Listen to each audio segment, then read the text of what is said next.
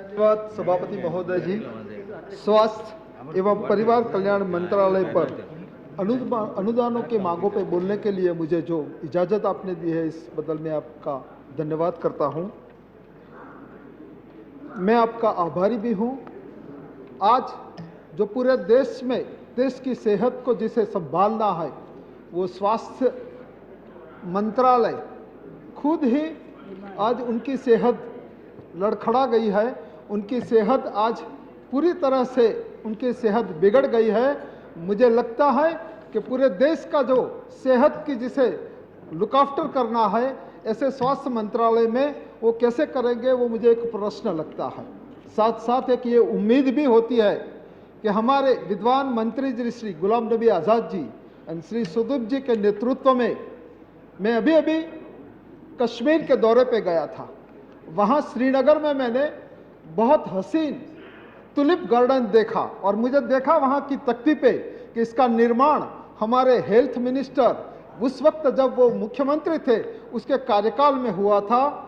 उस गार्डन को देखकर मुझे लगता है कि हमारे हेल्थ डिपार्टमेंट के जो मुखिया है, जो मंत्री श्री है, उन्होंने पूरी क्षमता है कि हेल्थ डिपार्टमेंट को भी उसी तरह से वो निखार कर सकते हैं।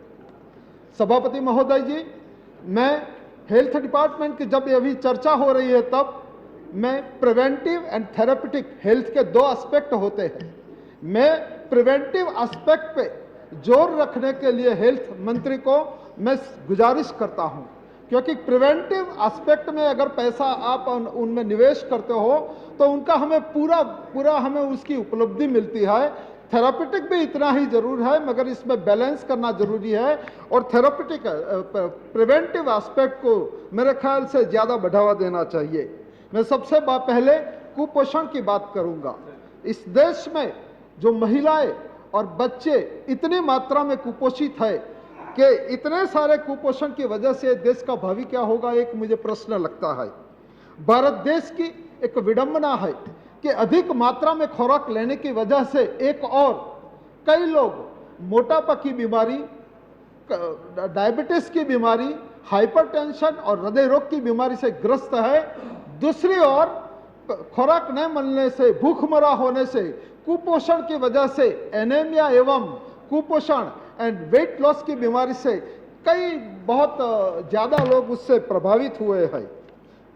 कुपोषित मां की कोख से जो बच्चा जन्म लेता है, वो जिसके जन्म के शुरुआत से ही कम वजन का, कुपोषित और एनेमिक पैदा होता है। मैं यही स्थिति होते हुए भी जो सरकार अभी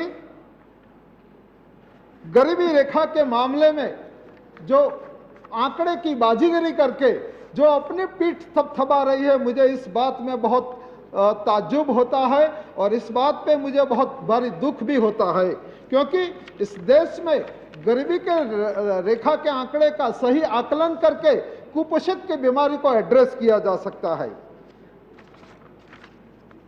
पिछले बजट में 26,760 करोड़ रुपए जो स्वास्थ्य बजट के लिए आवंटन किए गए थे, मगर मैं दुख के साथ कहता हूं कि इसमें से 24,315 रुपया का ही खर्च हो पाया था। अगर इस साल का जो आवंटन है वो 30,470 करोड़ है, जो स्वास्थ्य मंत्रालय पिछले साल पूरा जो राशि जो थी वो ऐसे भी कम राशि थी, उसका भी योग्य आवंटन नहीं कर सकती है, उसका भी उपयोग नहीं कर सकती है। तो ये जो कम राशि है, हम महामहिम राष्ट्रपति के अभिभाषण में राष्ट्रपति जी ने हमें एक खातरी दी थी कि अगले साल जो अपना जीडीपी का 2.5% उसके लिए हेल्थ क्षेत्र के लिए आवंटन करना चाहते हैं। इतना आवंटन में क्या होगा? ये जो आवंटन था वो स्वास्थ्य मंत्रालय की ढिलाई की वजह से हुआ है। मैं स्वास्थ्य मंत्रालय से गुजारिश करता हूं कि इस और ऐसी ढिलाई न रख के पूरे मात्रा में उनका उपयोग करें। जो एनआरएस स्कीम है, जो फ्लैगशिप प्रोग्राम है हमारी सरकार का, उसमें इस साल आवंटन 20,822 करोड़ रुपया किया गया है। मगर अगर अभी भी देखा जाए तो पूरे देश में प्राथमिक आरोग्य केंद्र एवं सामुदायिक स्वास्थ्य केंद्रों की स्थिति इतनी दयनीय है, वहां डॉक्टर उपलब्ध नहीं होता है, वहां दवाइयां उपलब्ध नहीं होता है, वहां कोई इंफ्रास्ट्रक्चर का अभी कोई नहीं ठिकाना है। तो एनआरएचएम क्षेत्र में हमें और कुछ बहुत करने की जरूरत है। इतनी ही 20,822 करोड़ की धनराशि में जो इस बार जो एनआरएचएम में शहरी स्वास्थ्य मिशन को भी सम्मिलित किया गया है, सरकारी अस्पतालों में मुफ्त दवा भी देने का एक वादा किया है, स्वास्थ्य क्षेत्र में संशोधन का वादा किया है, और जैसे जैसे हमने ज्योति जी ने बोला इसी तरह टीबी और मलेरिया की बीमारी को भी एड्रेस करने का जो वादा किया है, मुझे ये हैरानी इस बात की है कि इतने पैसों में ये कैसे इसका गुजारिश किया जाएगा। एनआरएचएम जो फ्लैगशिप प्रोग्राम है, उसका जो लक्ष्य है वो अभी हम उसमें हम कुछ प्रगति कर सके हैं, उसका मैं स्वीकार करता हूं और इसके लिए मैं स्वास्थ्य मंत्रालय को धन्यवाद भी देता हूं। मगर इस बात को मैं उजागर करना चाहता हूं कि माता मृत्यु दर का जो पुनर्निर्धारित लक्ष्य 1000 में 1 का था, प्राप्त परिणाम अभी तक 156 to 1000 है। शिशु मृत्यु दर का जो 27 का जो पुनः निर्धारित लक्ष्य था 1000 पे, वो अभी 44 है। प्रजनन दर 1000 पे 21 का था, वो अभी 24 है। और पीने का पानी सभी गांवों में जो लाने का 18 लाख गांवों में पानी प्रोवाइड करने का जो लक्ष्य था, वो अभी हम 11 लाख गांवों में ही पूरा कर सके हैं। लिंग अनुपात जो लक्ष्य था 950 पर 1000, वो अभी हम 940 पर ही रुके हुए हैं। मैं मंत्री जी से गुजारिश करूंगा कि एनआरएचएम में यह लक्ष्य पूरा करने के लिए जो भी एग्रेसिव और ठोस कदम उठाने की जरूरत है वो उठाना चाहिए। अभी मैं मेडिकल काउंसिल ऑफ इंडिया के पर आऊंगा। मेडिकल काउंसिल ऑफ इंडिया देश के तबीबी शिक्षण और तबीबी व्यवसाय का एक अहम एक केंद्र है, एक पवित्र केंद्र है। उसकी सैंटिटी को बरकरार रखना चाहिए।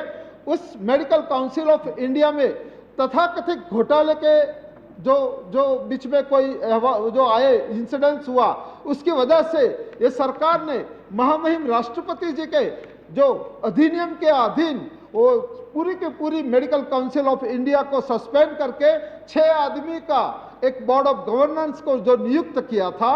मैं सरकार को ये याद दिलाना चाहता हूं कि मेडिकल काउंसिल ऑफ इंडिया पूरे देश के डॉक्टरों की आलम के लिए एक श्रद्धा का केंद्र है, एक पवित्रता का केंद्र है। उसकी श्रद्धा को, उसकी सैंटिटी को आप कोई डिस्टर्ब करने की जरूरत नहीं है। मेडिकल काउंसिल ऑफ इंडिया में वो लोकतांत्रिक तरीके से सभी राज्यों से उसके प्रतिनिधि चुन के आते हैं, सभी यूनिवर्सिटी से उनके प्रतिनिधि चुन के आते हैं, जबकि सरकार ने 6 आदमी का जो उनका जो एक बोर्ड ऑफ गवर्नेंस का नियुक्त की और 1 साल के बाद दूसरे साल भी ऑर्डिनेंस को बढ़ाया गया। मुझे हैरानी इस बात की है कि वो 6 जो बोर्ड ऑफ गवर्नर्स थे, उनके चेयरमैन सहित दूसरे साल सभी को जो बदल दिया गया। मुझे ऐसा लगता है कि क्या सरकार को उनके प्रति कोई अविश्वास था? क्या उसके बारे में सरकार को स्पष्टता करेगी कि क्यों पूरा का पूरा बोर्ड ऑफ गवर्नेंस को बदल दिया गया? आज जब चर्चा होने वाली थी तो मैं अभी मेडिकल काउंसिल ऑफ इंडिया के बोर्ड ऑफ गवर्नेंस के जो चेयरमैन हैं, उनको 3 हफ्ते पहले मैंने एक पत्र भी लिखा और उसके साथ एक ईमेल भी किया और कुछ प्रस्ताव का मैंने उनके पास ब्यौरा मांगा।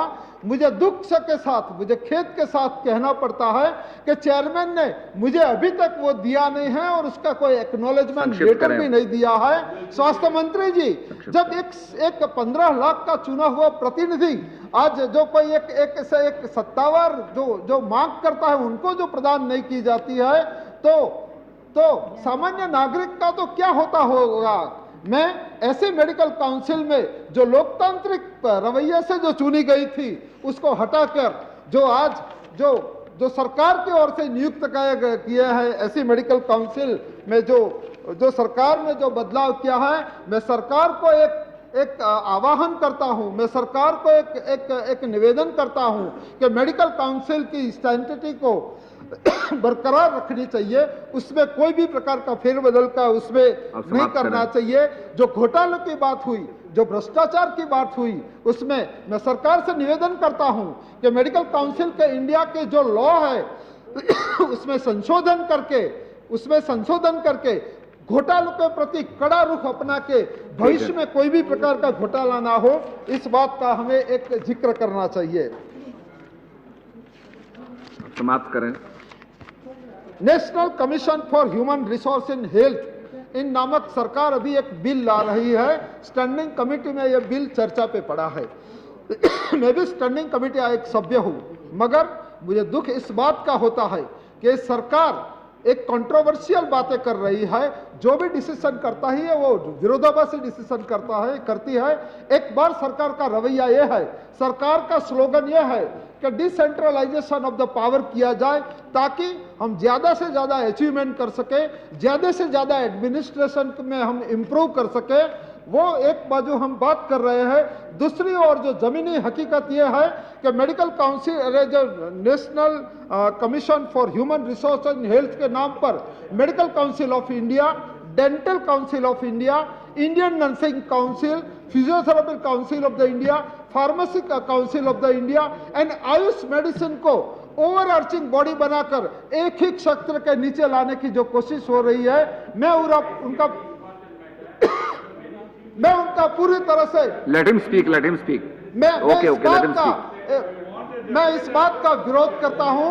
और सभापति महोदय जी, मैं आपके माध्यम से सरकार को यह बोलना चाहता हूं कि ऐसा बिल लाकर ये सभी संस्थाओं को नजरअंदाज करने का काम नहीं किया जाना चाहिए, क्योंकि ये सभी संस्था अपने आप में एक अहम संस्था है, अपने आप में एक स्वायत्त संस्था है। और ये संस्था के जो है डॉक्टर्स है, वो उनको एक ऊंची नजर से उनको देखना है। ऐसी संस्था को डिस्टर्ब करने की जरूरत नहीं है। मैं सरकार से निवेदन करना चाहता हूं, मैं सरकार से प्रार्थना करना चाहता हूं कि ऐसे जो बिल को ताकीद ही उसको विड्रॉ किया जाना चाहिए। मेडिकल जो एनआरएचएम बिल में जो कई विसंगतियां है, उसमें जो उनके प्रतिनिधि जो चुनने वाले हैं वो सरकार से सिलेक्ट करके जाने वाले हैं। मेरे ख्याल से अगर आप ये करोगे तो मेडिकल जो national commission for human resource in health एक सरकारी तंत्र बनकर रह जाएगा और उनकी जो सेंट्रिटी है, उनका जो स्वायत्तता है, उनका जो ऑटोनोमस स्टेटस है, वो अपने आप खलास हो जाएगा। क्योंकि यही इंडियन मेडिकल काउंसिल है, यही डेंटल काउंसिल है। आज भारत के कई डॉक्टर्स, कई डेंटिस्ट न सिर्फ भारत में, पूरी दुनिया में नामना से भारत की शान को ऊंची रख रहे हैं। वो एक अच्छे डॉक्टर की तरह उनके पास लोग जाते हैं। तो यही मेडिकल काउंसिल थी, इसमें ऐसे डॉक्टर पैदा किया है। तो आप ये सब प्रयोग करने का बंद कीजिए। मैं आपसे आग्रह करता हूं कि ये पूरे बिल को आप विड्रॉ कर दीजिए। ग्रामीण डॉक्टर के बारे में जो सरकार 3 वर्ष का जो ग्रामीण क्षेत्र में स्वास्थ्य सेवा के लिए जो डॉक्टरों का कोर्स लाई है, मैं उनसे कड़े शब्दों में उसकी निंदा करता हूं। क्योंकि गांव के लोग को सेकंड ग्रेड सिटीजन बनाने की ये जो साजिश है, वो हम कभी भी सहन नहीं कर लेंगे।